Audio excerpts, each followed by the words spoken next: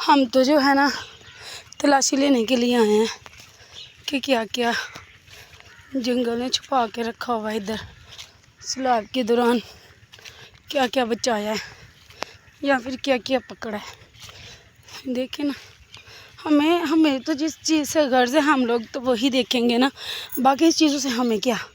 ये देखिए कांटा लग गया पाँव में, ऊपर वाली साइड पे आया है ये इधर। तो ये देखें कितना बड़ा है। ये देखिए लकड़ी, हमें तो भाई जिस चीज़ से गर्ज है हम लोग तो देखेंगे वही। तो ये भी मैंने भाई फेंक ली। एक वो आगे नज़र आ रही है, वो ये खुद ही पकड़ेंगे। तो भाई हमें तो जो है ना, हम तो यहाँ से बालन वगैरह इकट्ठा करके ले जाते हैं। ये देखिए दरिया, ये सैलाब उतर गया हुआ है। अब मैं आप लोगों को अगर कुछ नज़र आए तो दिखाती हूँ।